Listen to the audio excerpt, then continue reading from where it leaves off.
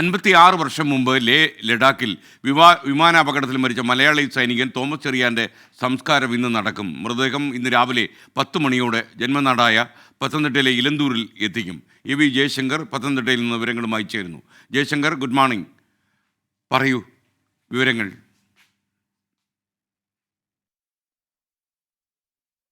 Good morning N. Thomas ചെറിയാൻ്റെ ഭൗതിക ശരീരം 10:30 തന്നെ ഈ എലന്തൂരിലെ മാർക്കറ്റ് ജംഗ്ഷനിലെത്തും. അവിടെ നിന്ന് ഇതൊരു നാട്ടുകാരുൾപ്പെടെയുള്ള ആളുകൾ അനുശോചനം രേഖപ്പെടുത്തും. അതിനുശേഷം ഒരു വിലാപയാത്രയായി തന്നെ സൈന്യത്തിൻ്റെ നേതൃത്വത്തിൽ ഈ സഹോദരൻ്റെ വീട്ടിലേക്ക്, എലന്തൂരുള്ള സഹോദരൻ്റെ വീട്ടിലേക്ക് ഭൗതിക ശരീരം കൊണ്ടുവരും.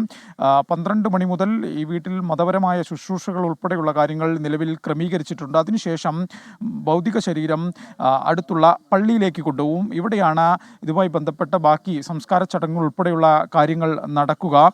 ഇവരെ സംബന്ധിച്ച് നീണ്ട 56 വർഷത്തിനു ശേഷമാണ് തങ്ങളുടെ ഒരു പ്രിയപ്പെട്ടവൻ വീട്ടിലേക്ക് തിരിച്ചു വരുന്നത്. അവസാനമായി ഒരു നോക്ക് കാണാമെന്നൊരു പ്രതീക്ഷ മാത്രമാണ് ഇവർക്കുള്ളത്. എന്തായാലും ഈ വീട് തോമസ് ചെറിയാന് വേണ്ടി കാത്തിരിക്കുക. ഇവിടെ എല്ലാ ഒരുക്കങ്ങളും പൂർത്തിയായിട്ടുണ്ട്. അടുത്ത ചില ബന്ധുക്കൾ മാത്രമാണ് നിലവിൽ വീട്ടിലുള്ളത്. കസേരകൾ ഉൾപ്പെടെ നിരത്തിക്കൊണ്ട് ഉള്ള ക്രമീകരണങ്ങൾ ഇവിടെ ഒരുങ്ങിയിട്ടുണ്ട്. സൈന്യത്തിൻ്റെ പൂർണ്ണ ബഹുമതിയോടുകൂടിയായിരിക്കും സംസ്കാര ചടങ്ങുകൾ നടക്കുക. പോലീസ് വീട്ടിൽ വെച്ച് ഔദ്യോഗികമായ ബഹുമതികൾ നൽകും. എന്തായാലും എല്ലാവിധ ക്രമീകരണങ്ങളും ഇവിടെ പൂർത്തിയായിട്ടുണ്ട്. തിരുവനന്തപുരത്ത് നിന്ന് തോമസ് ചെറിയാൻ്റെ ഭൗതിക ശരീരം ഇലന്തൂരിലേക്ക് പുറപ്പെട്ടു എന്നാണ് നിലവിൽ സൈന്യം നൽകുന്ന വിവരം. എന്തായാലും 10 മണിയോട് കൂടി തന്നെ ഈ ഭൗതിക ശരീരം പത്തനംതിട്ട ഇലന്തൂരിലെത്തും. തോമസ് ചെറിയാൻ്റെ സഹോദരിയുടെ മകൻ നമ്മോടൊപ്പം ചേരുന്നുണ്ട്.